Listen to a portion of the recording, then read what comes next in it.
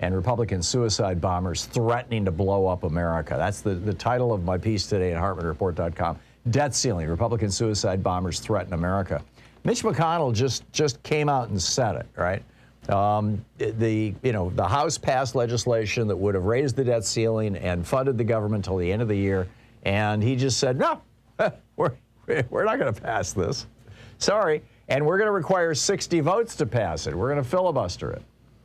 And so, it's like now it can't pass.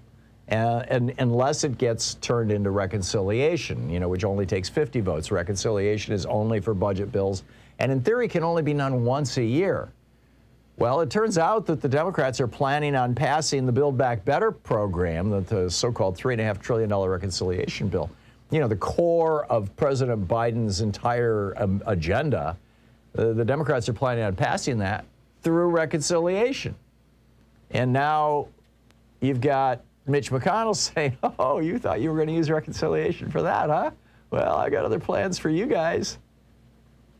Which raises some interesting questions. I mean, if the Republicans are willing to blow themselves up and blow the country up, I mean, we're talking about the possibility for the first time in the history of the United States of defaulting on our debt, which will echo through everything. You think inflation is bad right now? Just wait until interest rates go up 4 or 5 points, because the federal government can't sell treasuries anymore, and the full faith and credit of the United States has now been called into question, which, by the way, is a violation of the 14th Amendment. I don't know how this even happens given the 14th Amendment, but that's kind of a side issue right now nobody's even talking about. But why is Mitch McConnell doing this? Why is he strapping on this suicide vest and saying he's going to go down in flames, he's going to take the Senate down in flames, and he's going to take the whole country with him? Why would he do that? And frankly, there's two, I think, very simple answers to this question. Number one, he's trying to create chaos and confusion because the Democrats are running the government. He's trying to build a case for putting Republicans back in charge of things in 2022 and 2024.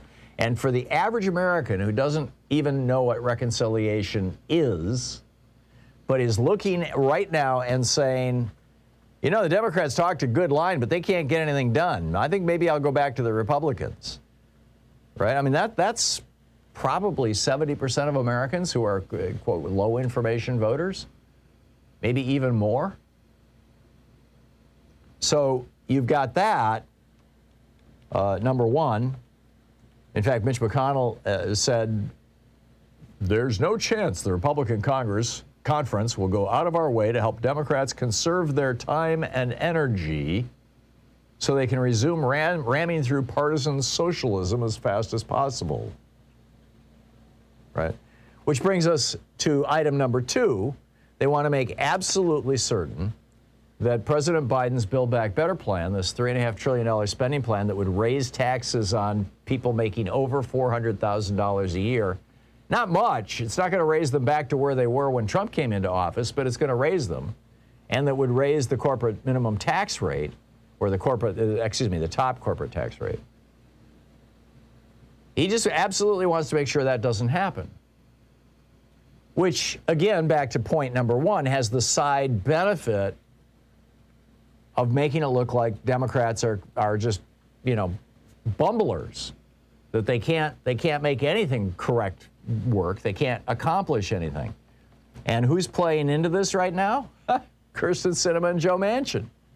And a few Democrats like Scott Peters in California and Kurt Schrader here in Oregon in the House of Representatives who are voting against these things.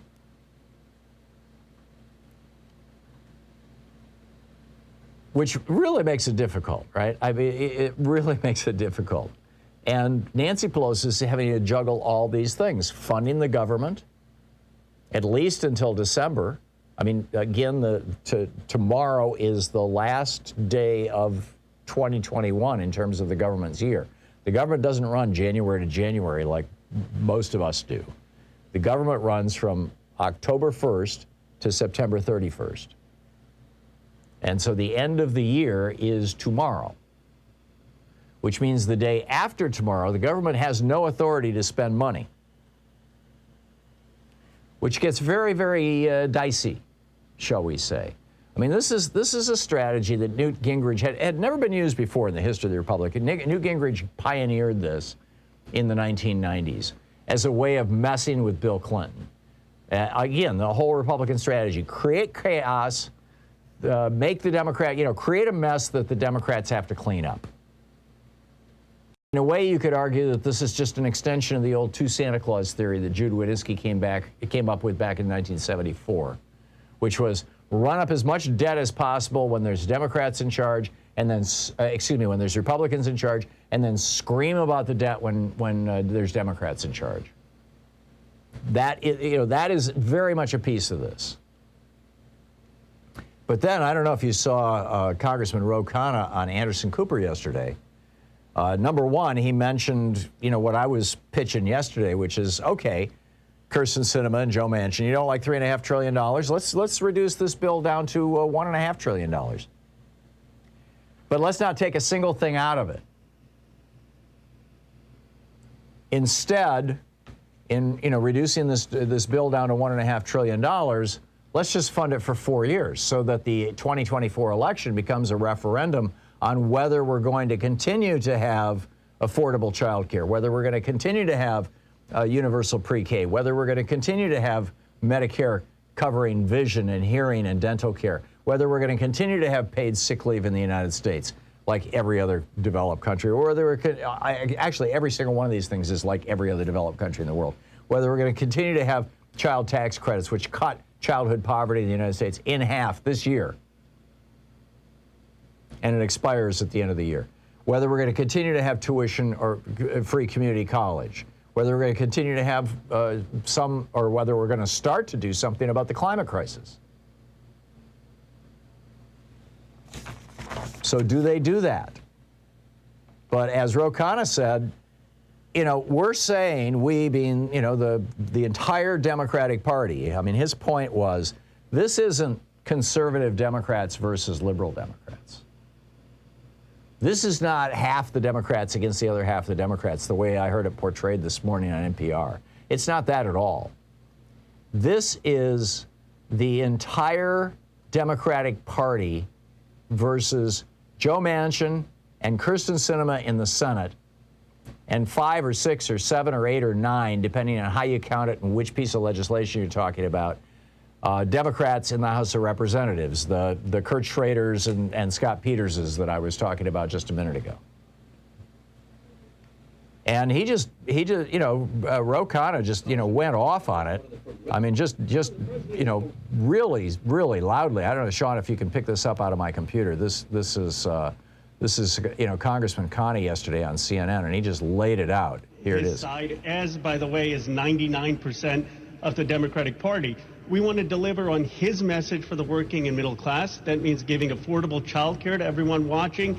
It means seniors are finally going to get dental and hearing aids covered. It means that if you're sick, you're going to get paid leave, and you don't have to go into debt to go to community college. And what we have said is that if there is an agreement that the president strikes on this Build Back Better agenda, we will vote for the bipartisan bill. We're willing to. But then he goes on to say, Party and Joe Biden versus Kyrsten Sinema. Here's this compromise, John, when Sinema is not saying anything. And what's mind-boggling is you have unanimity in the House. Tomorrow the Speaker could get a deal in the House on a number, and I believe you have 48 senators. I believe Senator Manchin would come on board. It's important for people to realize this. This is not progressives versus moderates. This is the entire Democratic Party and Joe Biden versus Kyrsten Sinema. And that's it. That's it. That's what's going on. And possibly Joe Manchin. He's a little more optimistic about Joe Manchin than I am, but who knows? Joe Manchin at least seems to be trying to respond to the people in his state. They may not vote the way that you and I like, but, hey. But Kyrsten Sinema, they keep asking her, what do you want? What do you want us to give you? How do you want us to change the bill, or what would you like in exchange for voting for this bill? And she keeps saying, apparently.